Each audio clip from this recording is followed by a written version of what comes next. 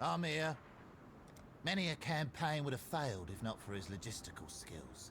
We've trekked through mud, rain, snow and sand, and yet eaten heartily throughout. It's the true basis of war, mind you, logistics. Don't think we don't know that.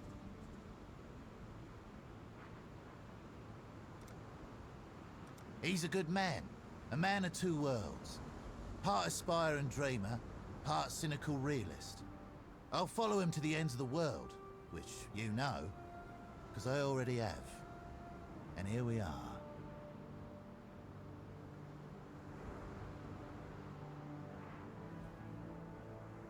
I'm of a particular purpose, see?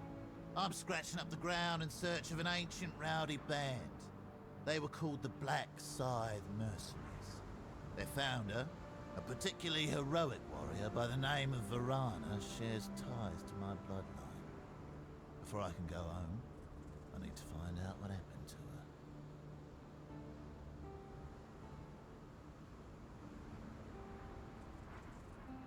She was a fearsome and irrepressible warrior. King Cadogan III tried to mandate her service to the crown, but she laid flat every man sent to bring her in. Eventually, he realized that she couldn't be controlled, and he gave her a mercenary charter instead, given the freedom to operate the way she wanted. She won many great victories for the Kalgur. I respect those who make their own way. Her fate here on Рэklasta was unknown, but I have a feeling she's still kicking about. A burning spirit like that never goes down without a legendary fight.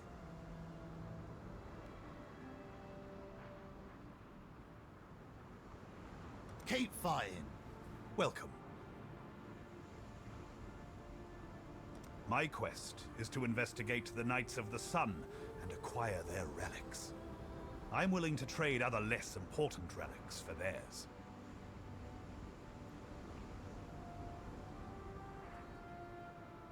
We are of the Kalgur. Ours is an existence spent scrabbling in the muck and mire of mortal life in search of scraps of renown. Some find it on the battlefield.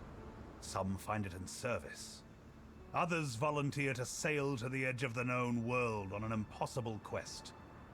The choices we make determine what we are, and what we become echoes into legend. The runes on our armor essentially capture and shape starlight. Sounds poetic, but don't be fooled. The smiths of the Kalgur turned these runes towards killing work long ago, as soon as they discovered they could compel arrows to find their mark, and blades to bite deeper. The greatest smiths became known as artificers, and produced work of singular genius. There weren't many such relics, but there didn't need to be. I believe that you believe that these colored gems give you power, Exile. I've handled one of them, even tried to activate it the way that local Tarkly described, but it didn't do a damn thing. Call me a skeptic, but to me, it seems like the power was inside you all along.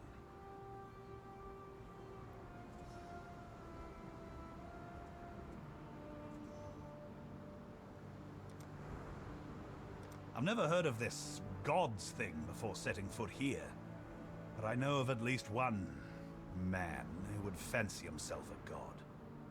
Best we not mention divinity to those back home.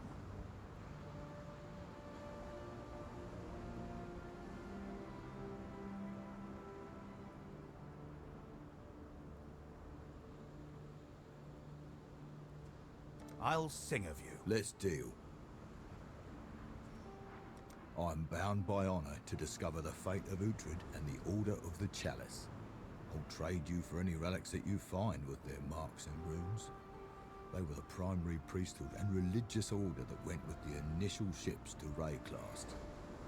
They interpreted the stars and the workings of mysterious forces such as alchemy, machinery, and runes. I've always wanted to join the Order. I quite like the idea of spending my days sequestered in a laboratory doing research.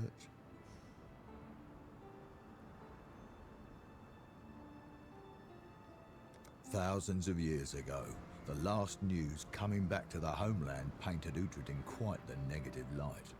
Some called him a traitor, but the details were sparse and confused. I'm here to clear his name or condemn him. The truth stands above all.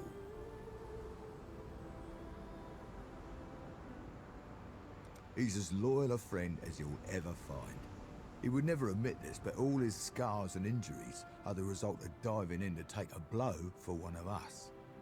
By all rights, Gwenin should be half mauled, and I should be missing a leg, but Tujen leapt between. I only feel safe enough to do my job because he's around.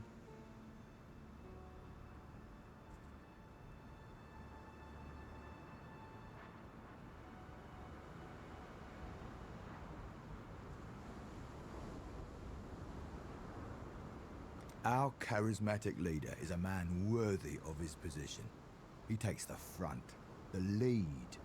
I prefer to support things from a safe distance, and he, great man that he is, lets me do it. I've been on my fair share of quests and campaigns, and they keep trying to arm me and train me for fighting, telling me it was the only way I would find renown. But I aim to be the world's first famous supply master.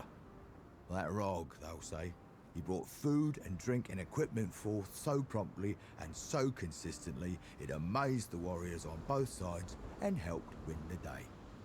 Danik tells me that this is a worthy dream to pursue. He's a good friend.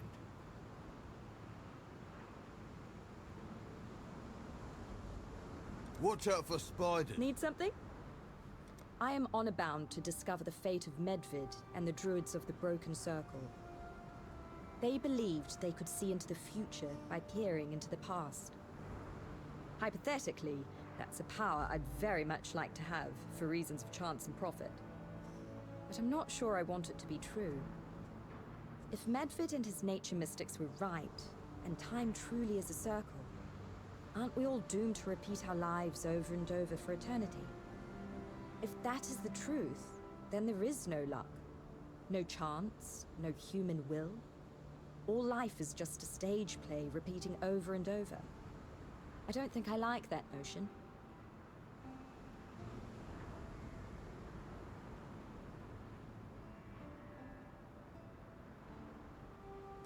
His final fate was unknown, but I do know he cast off his peaceful ways and trained with 2 powerful axes after he arrived here.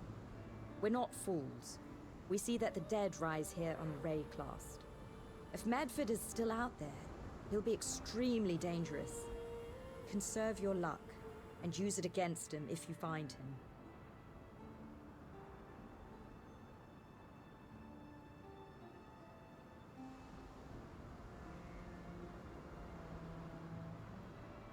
We've campaigned together for many years. It's taken a great toll on him, but he soldiers on. I don't know how he remains so cheery, honestly. If he loses another limb, he'll be more metal than man.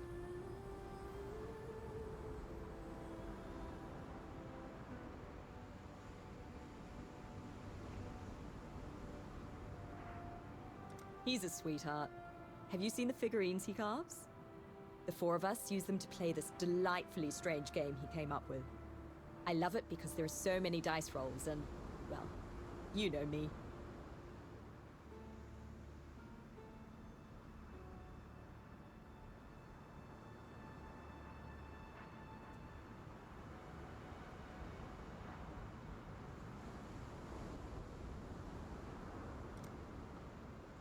Our intrepid leader believes in a world better than the one that truly is. He doesn't see you and me, Exile. He sees heroes. He sees grandiose myths and world-changing bravery. Don't dispel those notions. I want to live in the world he sees, even if I know it isn't real.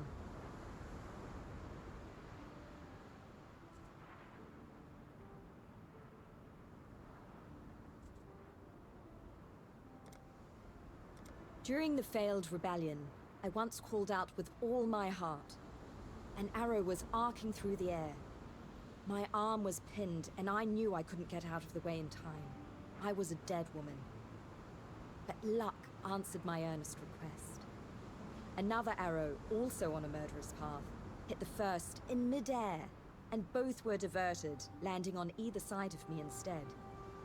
That was the first time I knew that chance itself was a real force in this world.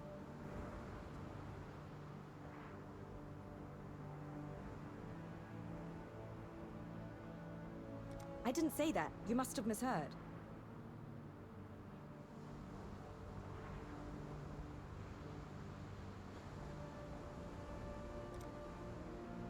Never heard of gods, but I know I wouldn't put my faith in them, even if they came to my doorstep with an army.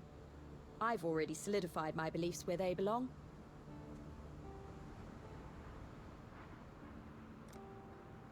I'm all for the idea of King's March. I just don't like the name. For now, I'll support it from afar.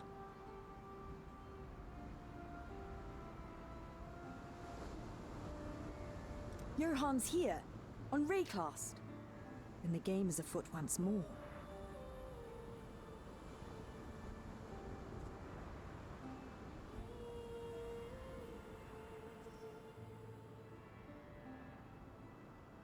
Johann mentioned he's keeping an eye out for another rebellion, did he? It's a sign of our sheer distance from home that he would dare mention one happened in the first place. The bards do not dare sing of the good folk that gave everything, gave their lives. I'm sorry. I shouldn't drag you into this. It's dangerous for you to even know about it.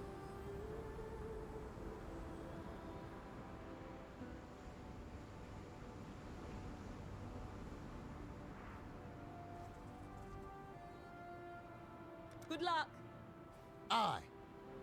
She's a distant cousin of mine, so I do what I can to protect her. Got some weird ideas about the world, though. Thinks belief can shape events. If it could, we wouldn't have been defeated during our last campaign.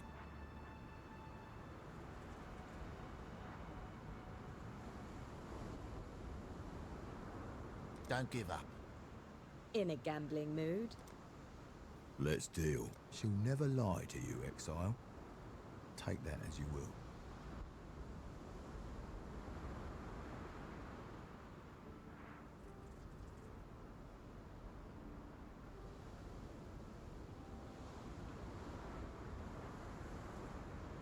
Don't drink the water. Well met. Our expeditions are a private matter of honor. Let's discuss this in your hideout instead.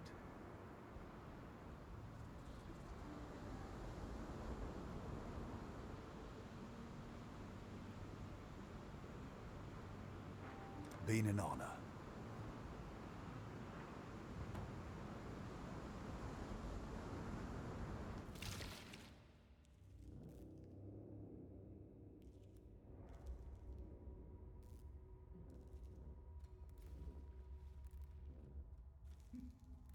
Hail. Well met.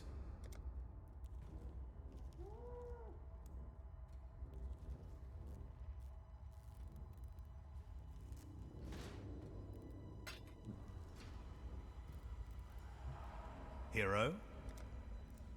This expedition might take us through a Karui site. Now those are an honorable people I'd very much like to get to know. I've spent my life in search of renown, so their way intrigues me.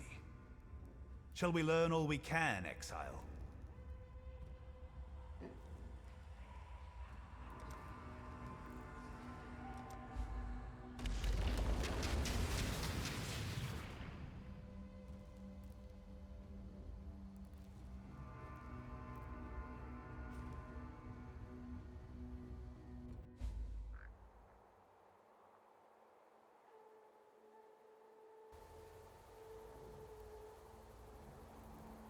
You there, local, come here.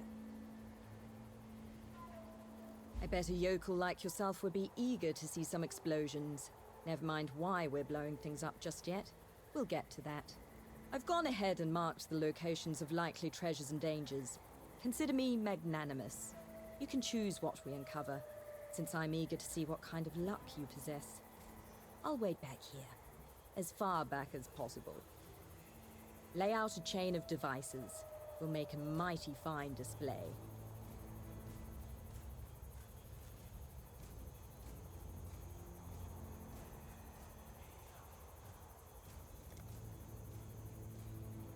bet a yokel like yourself would be eager to see some explosions. Never mind why we're blowing things up just yet. Until next time. Hero? Glad to see you.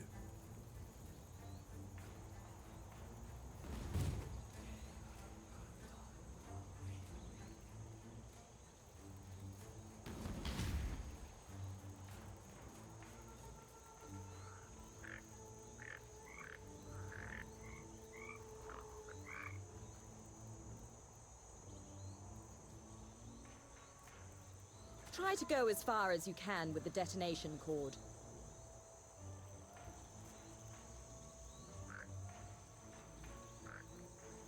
Further! Keep going! Away from me. Not that far.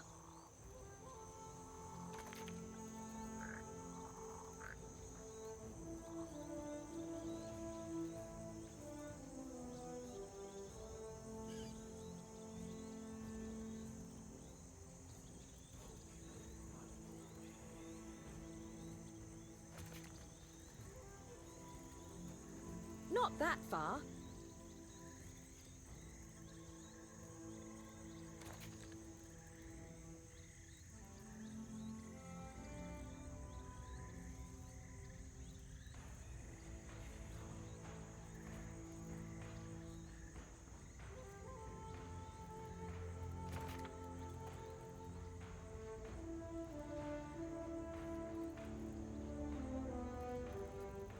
Not that far.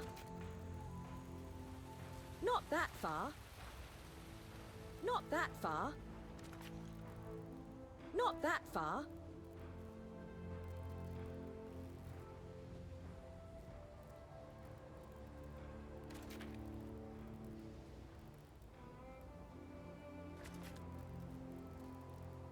Not that far. Not that far.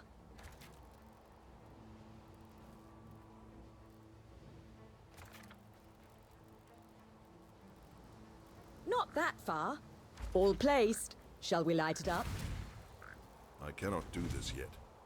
I should also mention... this might unearth monsters. You can take them.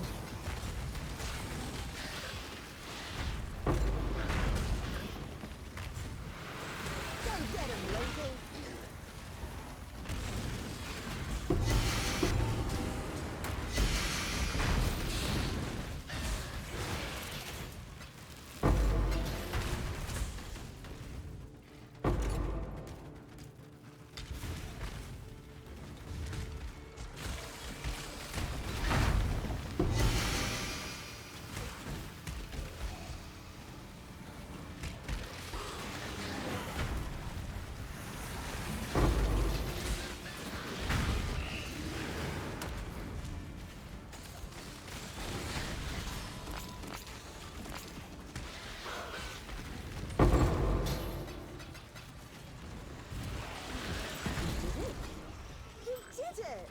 Most of the locals I grabbed for this one don't last long.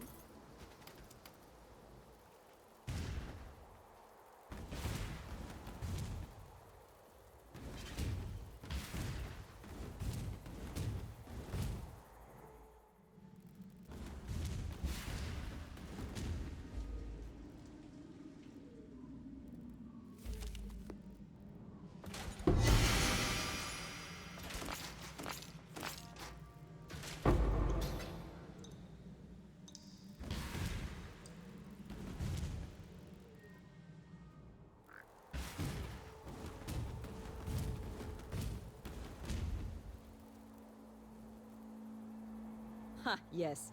I could have been more upfront about the danger. But you see, people don't take the job when I mention that the upturned ground is full of deadly creatures. It's a mighty awful land you've got here, local. I wonder anyone survives at all. Though that does speak to why I'm here in the first place. But you'll have to ask Danig about that, if you find him. By the way, if you enjoy a bit of risk, I've got a few things I've unearthed that might be of interest to you.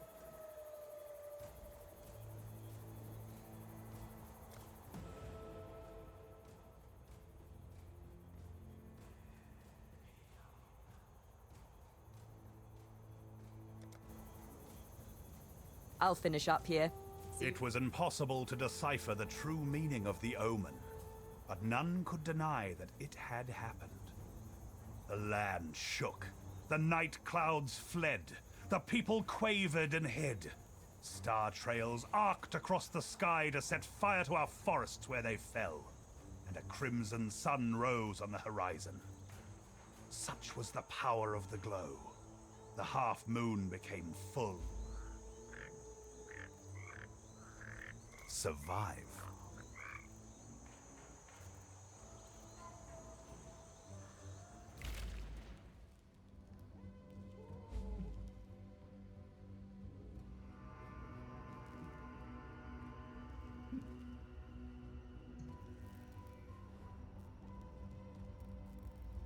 Well met.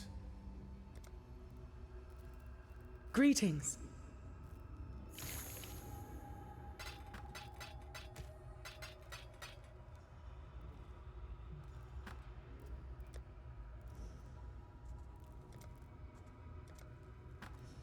Hello.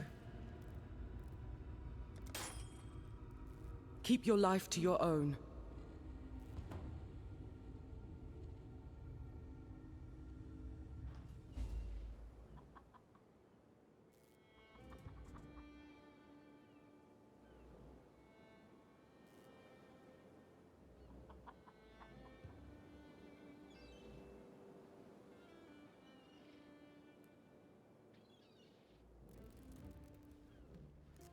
Is that the exile I spy? Farewell for now. We haven't got anything to disenchant. What have you got? What have you... Hail. What have you... Hail. Oh, good. More work.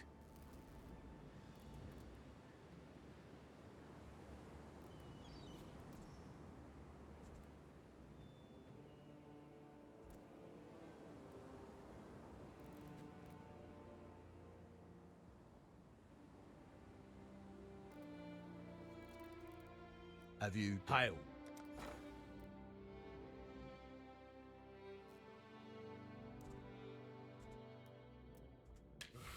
On it. That'll do.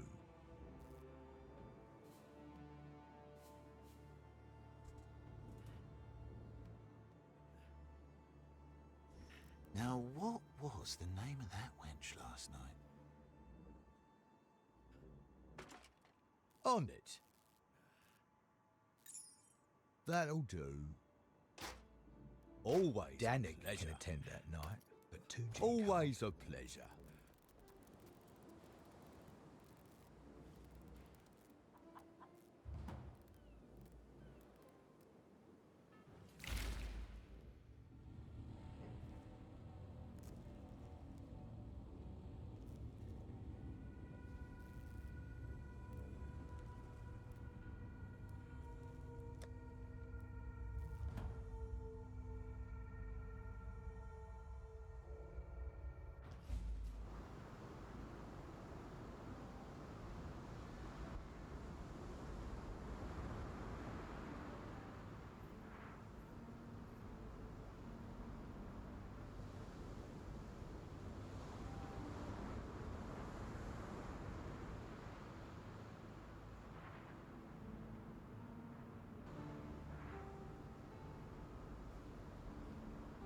Now that we've a chance to talk without explosives and monsters around us, I'm Gwennon.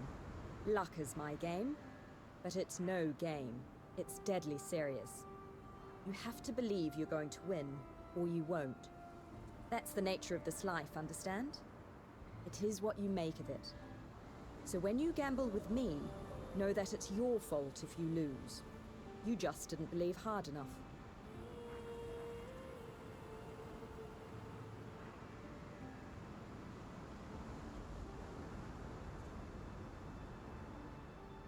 Good luck!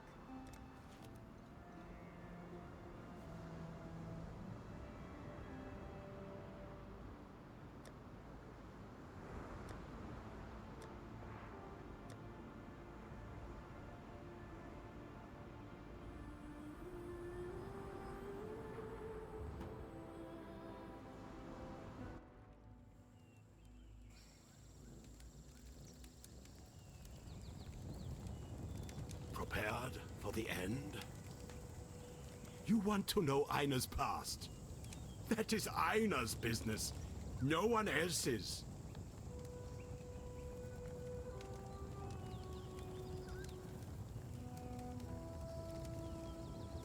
They were the first survivors. The first ones showed my people that to win, you must outlast.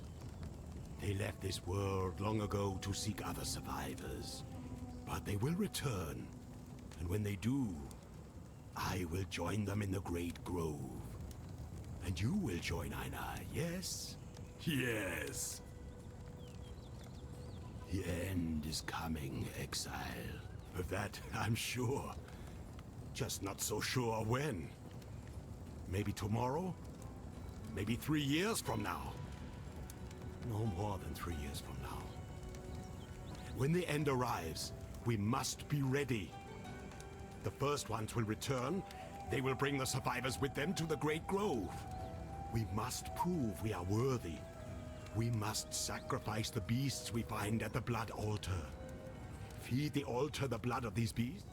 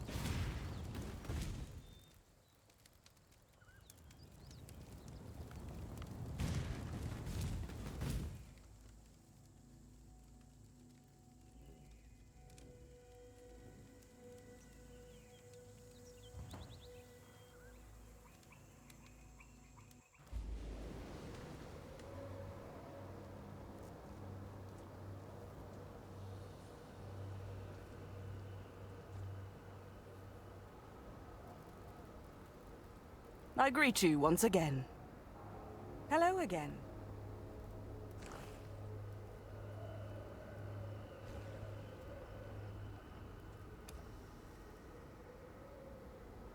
The Genesis tree accepts your offering.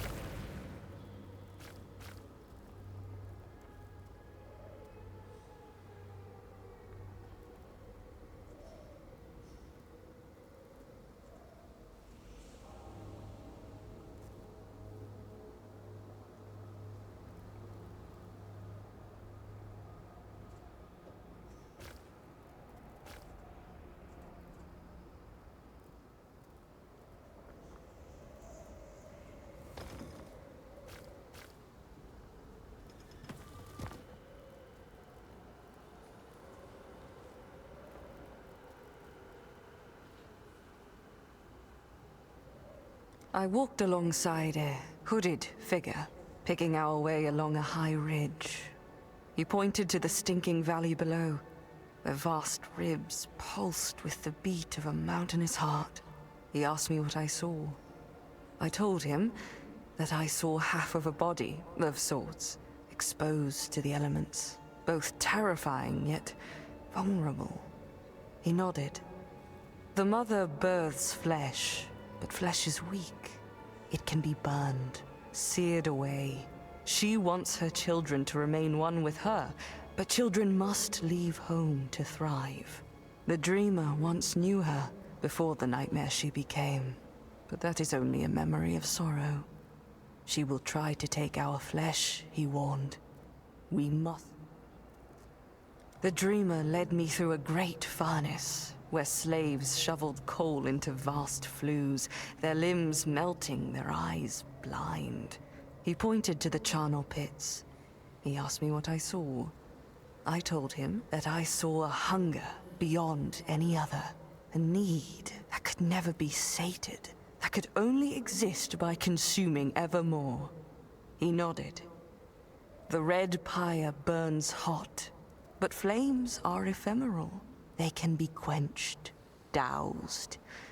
Flames can never endure, only spread. The dreamer once knew him before his addiction, but that is only a memory of regret. He will try to burn us.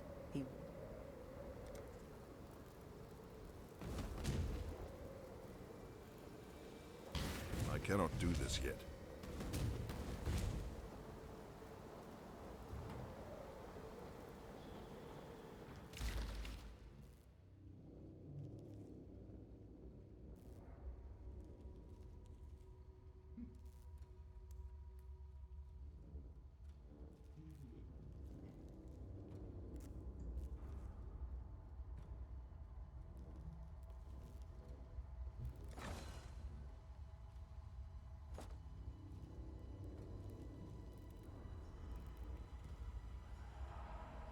Hail. Greetings. Oh, Nico. I love Nico. Einar digs around in the bellies of beasts for signs from the first ones, and Nico digs around in the ground with a big metal spike. And he talks to the first ones just like I do. Or I think he does. He talks to someone, and what a voice! He is very skinny, though. I'm not sure he will be a survivor. I love Alva. She is a student of blood thaumaturgy, just like Einar. And she is collecting things, just like Einar. But where I collect things so that we may survive the end of the world, Alva collects things from people who did not survive the end of the world already. It is as if we are two heads on the same hound, but her head is where the butt should be. She is so mysterious, Exile. And I love mysterious. She told me all her friends disappeared, which also happened to Einar. She thinks her friends are dead. But I don't think my friends are dead. They disappeared after I cracked open a buck's skull while we were eating and plucked out its brain. We weren't even eating venison. I don't even remember where I found the buck. That was a wonderful birthday.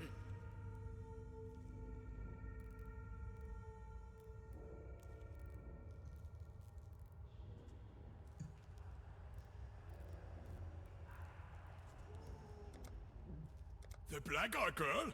Einar hates blackguards. But I love Helena. She is great at finding places to hide. I like to try to find her, and then I hide and wait for her to find me. And she never can. Always, I win. Now that I think about it, I do not think she knows to look for me. Maybe next time I should tell her before I hide.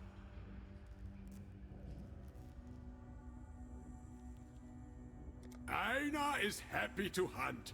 Kirak asked me to do other things, but then I went hunting and forgot all about it. Hunting beasts requires too much concentration. Now, he only asks Einar to hunt. So, I love Kirak.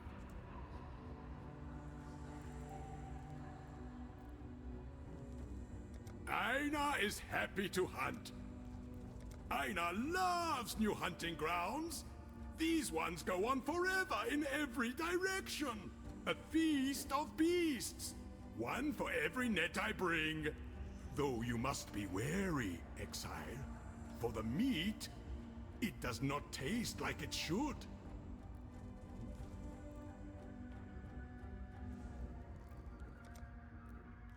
Einar loves new... Best prepare, survivor.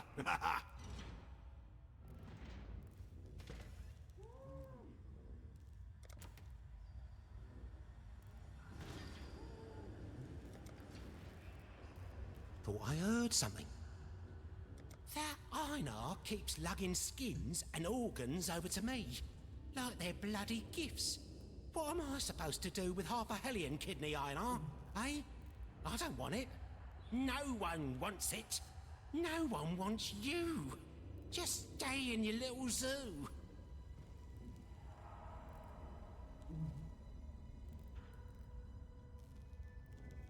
I know her, sure. Don't care much for her. She's the type of person that gets others to do the hard work. Rather just do my own work, thank you.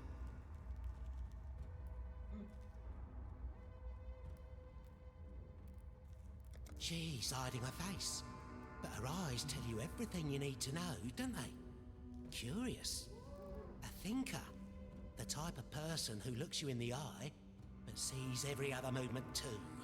Dangerous.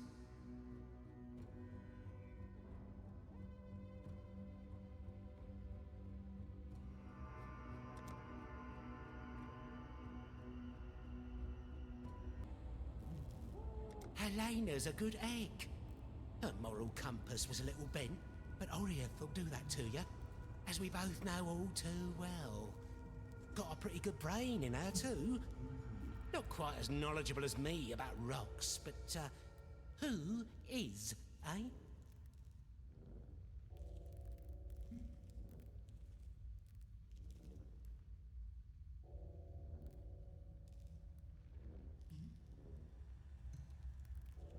Kirak's a good egg.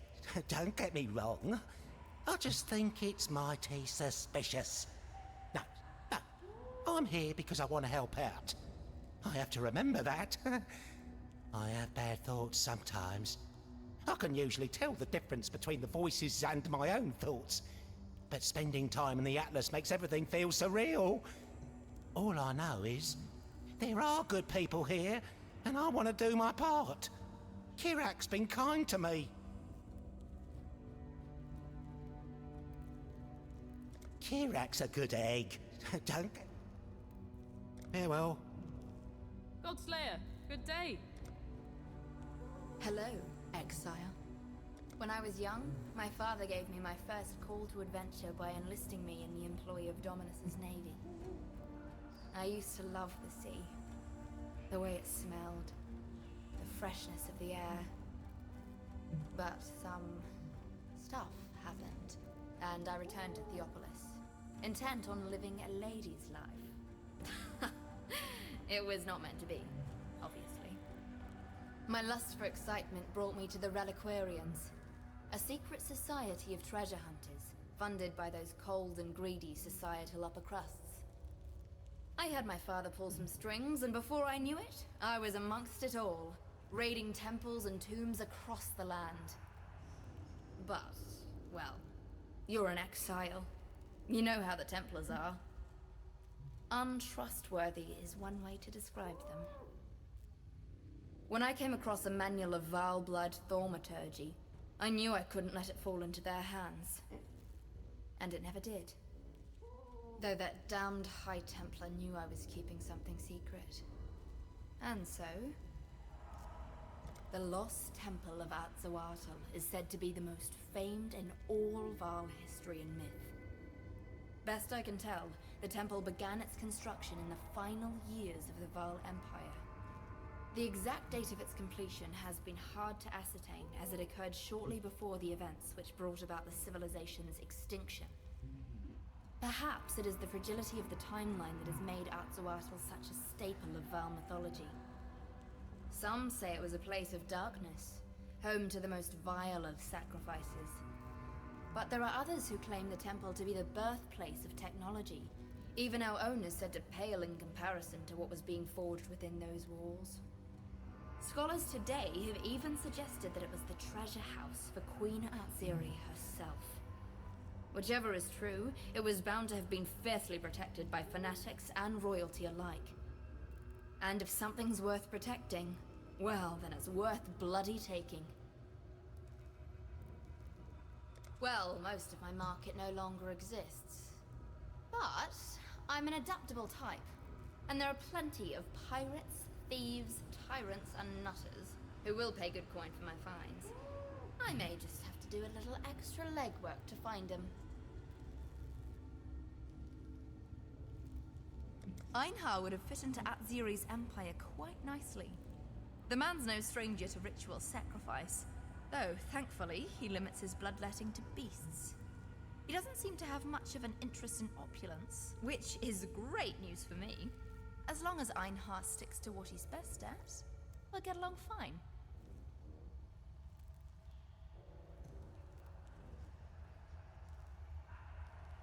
Nico's a bit of an oddball, yes. But if you can put up with his quirks, he's not without his uses. The mine he so passionately guards is simply filled to the brim with glittering goodies. I've been trying to cozy up to him in the hopes that when he hits the mother lode, I'll be right there next to him.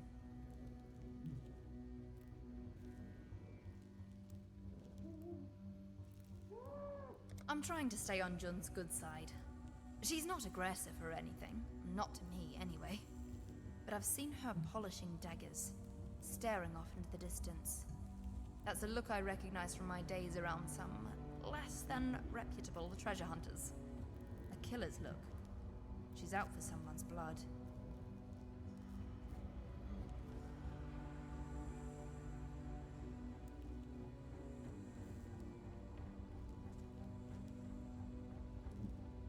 So, Jun's people snuck about history stashing powerful artifacts, did they? Do you happen to know if any such artifacts were stashed in the Temple of Atzoatl at any point? No? Ah, fine. Just a thought.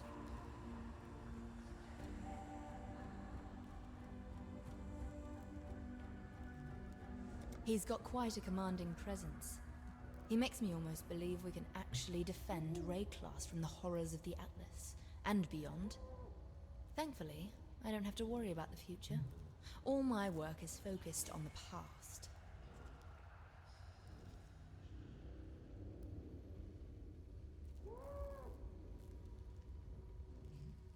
Bye.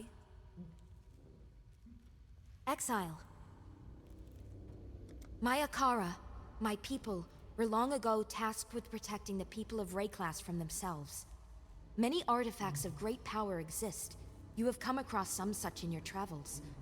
But there are some artifacts whose power is so great that to use them would put the world in jeopardy. Artifacts like the Horns of Kulamak. We, the Order of the Jinn, existed to keep such power sealed away in secret. Better that the world forget that it, and we exist, than fight for control of a power they have no hope of controlling.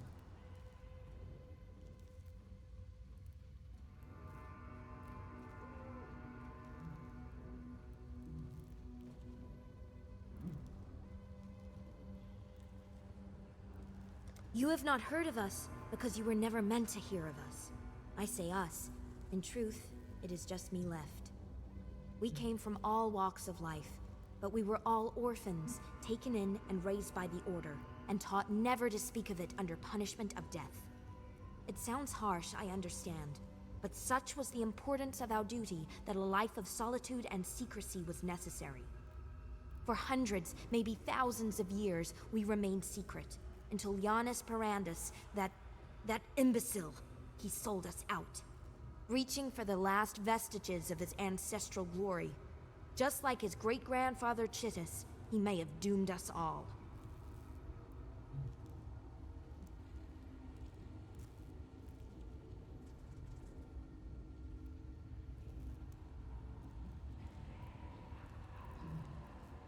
We were only taught what was passed down for generations.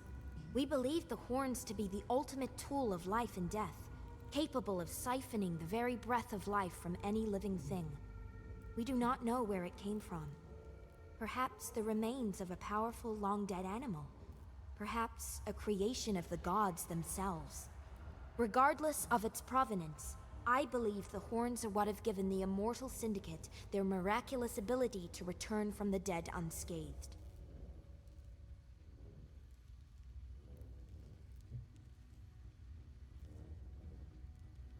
Anyone who believes the world is coming to an end raises some red flags. He has that unusual accent, but he claims to be from Oriath. I think Einhar is hiding more than just his face. But who am I to talk?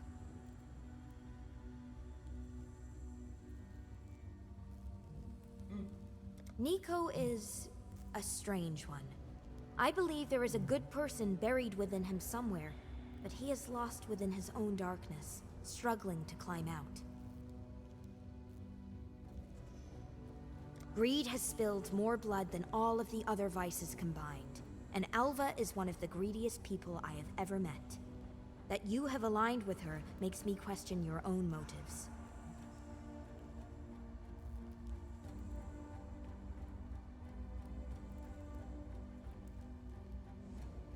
Helena looked within herself and chose to turn her back on what she was made to believe, even under fear of death. She is a woman worthy of admiration.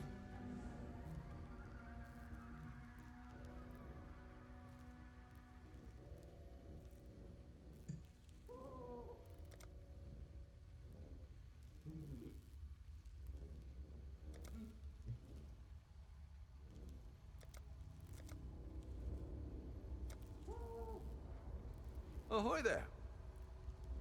It's not the most comfortable hideaway I've ever graced with my presence, but it'll do. We're in this to make money after all. Nothing else matters. As part of my growing little empire, I must also be seen doing legitimate business.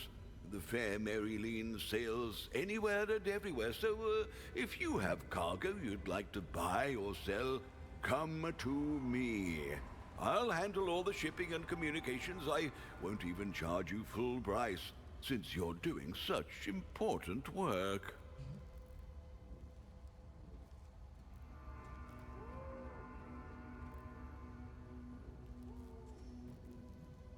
Our fortunes grow. Hello. Many of the Blackguard are still alive and scattered across Рэкласта, but the organization has had its back broken after what happened in Oriath. I wouldn't want to run into a random knot of them, especially as they start to get hungry and desperate, but I believe their concerted search for us has ended. That'll give us some breathing room to face new problems.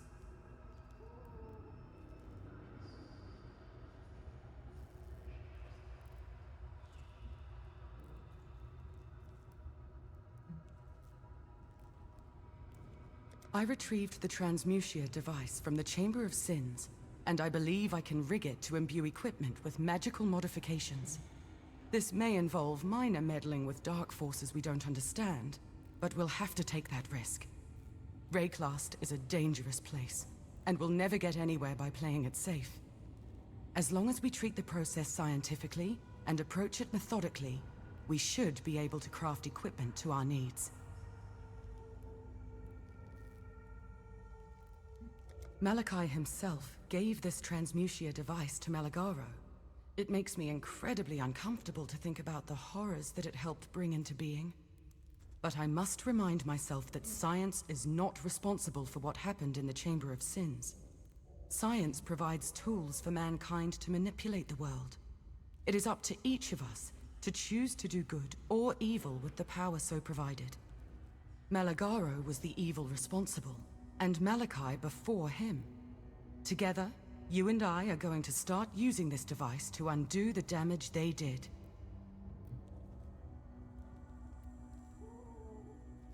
While you're out there, try to remain vigilant for other possible locations for hideouts. The Blackguards never give up, and they may eventually stray close to this place. I want to have a backup location ready to go in the event we need to make a quick exit.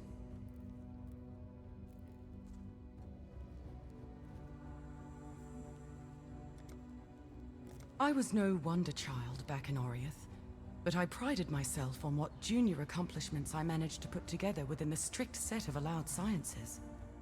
Archaeology was my specialty, and Dominus and his ilk had an uncommon fascination with artifacts from the past. And I was told I was crucial, that I was important, because I could tell whether an artifact was truly Val simply by running my hand along faded stone patterns. I may have had a head slightly too big for my shoulders. When the Ebony Legion made available an archaeologist position on their expedition to Рэкласта, and nobody volunteered, I thought my colleagues were all simply afraid of continental dangers. No, They knew better. None were allowed to speak it openly, but they knew. I didn't find out what kind of society I was truly a part of until I saw Piety's aspirations. I studied the Varl. I knew all about their downfall, or at least our Templar-twisted perception of it. Piety's ocean of slaughter. The Varl called their hubris the apex of sacrifice. The Eternal Empire called theirs the Purity Rebellion. We call ours the Temple of Lunaris. And I know nothing, Exile. Nothing at all. Save that we are doomed to repeat the mistakes of the past unless we learn the hard way.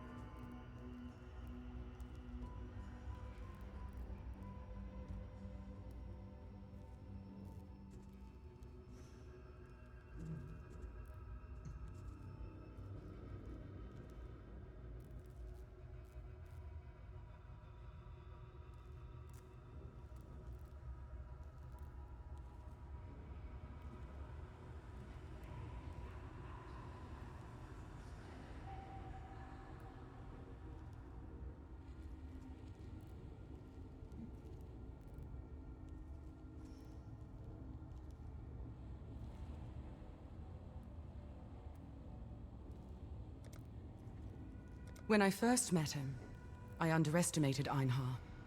Coming from the poorest of Ezamites, themselves already a battered people in this region of the world, Einhar struck me as someone who could contribute brawn to our cause, but not much else. How wrong I was. If anyone can decipher the dark design afflicting the creatures of Рэklasta, it's him. I've been looking for the source of all this, an equation or overall pattern. But he's unknowingly taken an empirical approach. By learning about and understanding every single corrupted animal, and the energies their blood contains, he's done more to advance our understanding of the problem than I could ever have done myself. One day, he may even solve the symptoms of corruption without ever understanding the root cause. Make no mistake, Exile, that's impressive.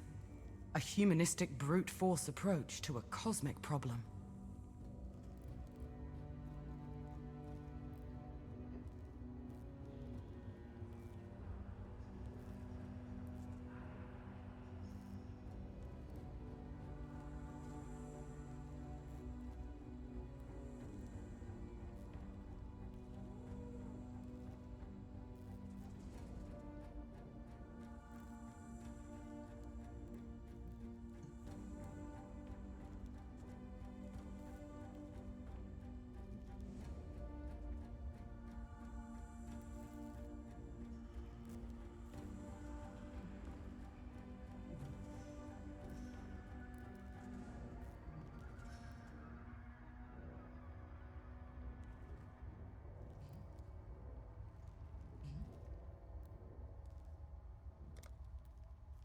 He's well-intentioned. That's the foremost thing I can say about him. I've never seen any trace of hostility in his actions, but his words sometimes stray from the path he set for them, and his laughter can be a little too gleeful. I fear that voltaxic sulfite exposure is poisoning his mind. But despite that, he may be the most qualified person on Рэklasta when it comes to the mysteries under the Earth. And under the Earth is exactly where thousands of years of history have sunk over time.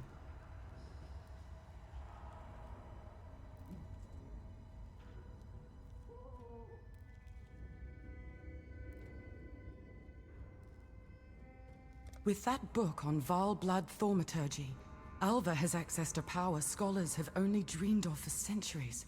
Traveling back in time sounds both insane and absurd, yet I've seen her incursions myself. It is both a curse and a blessing that she chooses to employ these incursions solely for personal gain. Yes, we could do so much more with the power to visit the past, but her focused interests also keep the timeline stable. I can't imagine what would happen to us here and now if, for example, we tried to go back and assassinate Malachi to prevent the cataclysm. Would we cease to exist? Or would we simply create a second Рэklast? One in which the cataclysm never happened? One could go insane thinking about it. Jun keeps to herself. It's clear that she's not used to trusting strangers. From watching her, I think she is dealing with the loss of her Akara by pouring everything she is into her mission. That's admirable, but dangerous. Keep her safe, Exile.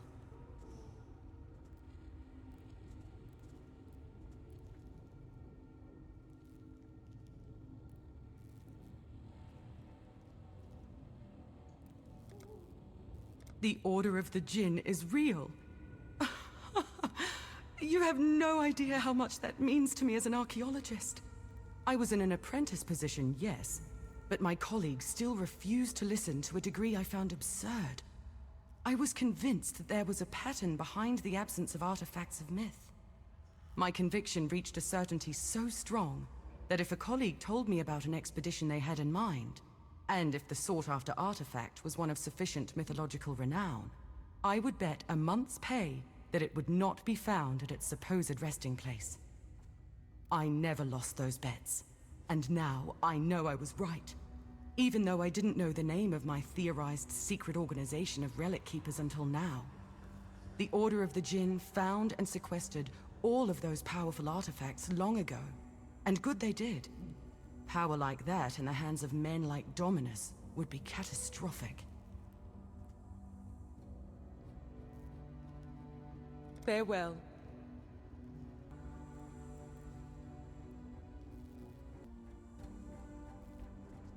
Yes, it's true. I, like you, am an exile. I caught the High Templar's eye several years ago. I showed an interest in the mechanical arts, and he had need for someone like myself for some highly secret projects he had started.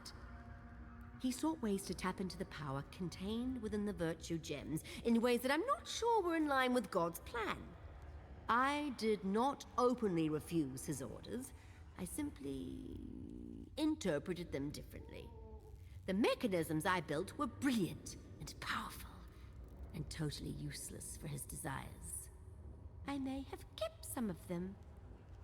Unfortunately, as you know, little slips past Dominus. I was exiled as a matter of secrecy, rapidly replaced by some little whore.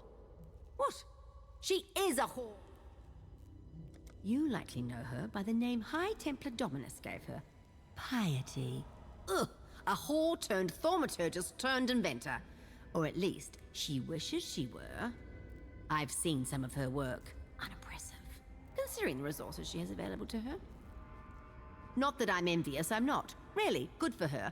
But, you know, creators have a habit of getting caught in the teeth of their own creations, and piety seems to favor creations with many, many teeth.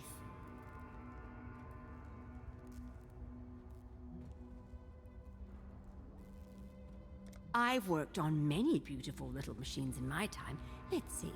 There was one that was originally designed to rapidly peel and pith fruit. That one is now called the Discalper. The portable oven turned out to be less of an oven and more of a red-hot ember dispenser. Still quite popular. And of course, the towers I have been assembling for use in protecting the portable purifying pumping unit. Those I am particularly proud of. Powered by the toxic fluid that runs through the fungal fibers. Surprisingly robust and safe. Relatively safe. Almost no one has died yet. Who wasn't meant to.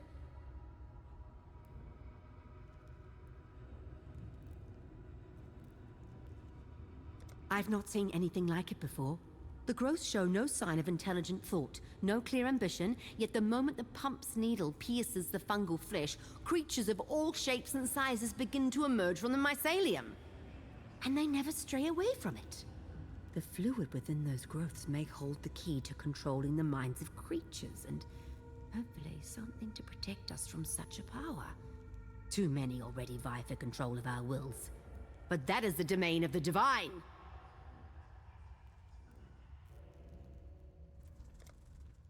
You've no doubt heard me singing some of the Templar hymns.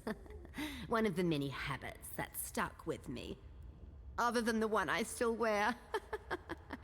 Though the Templar have their issues, they are not without merit. They are, after all, doing God's work. And by innocence, their hymns are truly catchy little earworms. Singing them helps me focus.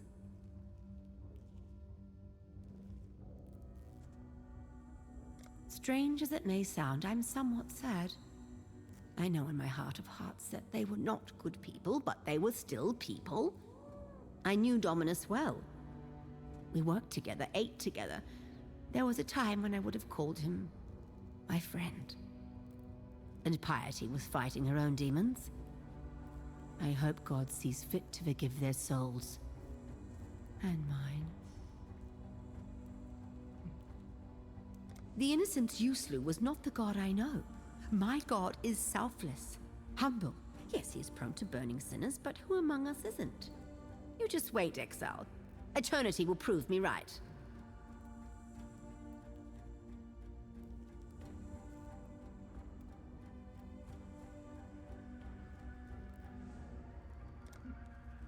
I see you've scavenged some oils with your sticky little hands. What in God's name are you planning to do with them? Oh, don't bother answering. I don't actually care, as I have a much better use than whatever nonsense you had planned. Bring me a few phials of those oils, and I'll anoint your amulet and rings, as is tradition among the clergy. Such a blessing will unlock gifts within you that you may not even know you had. God helps those who help each other, after all.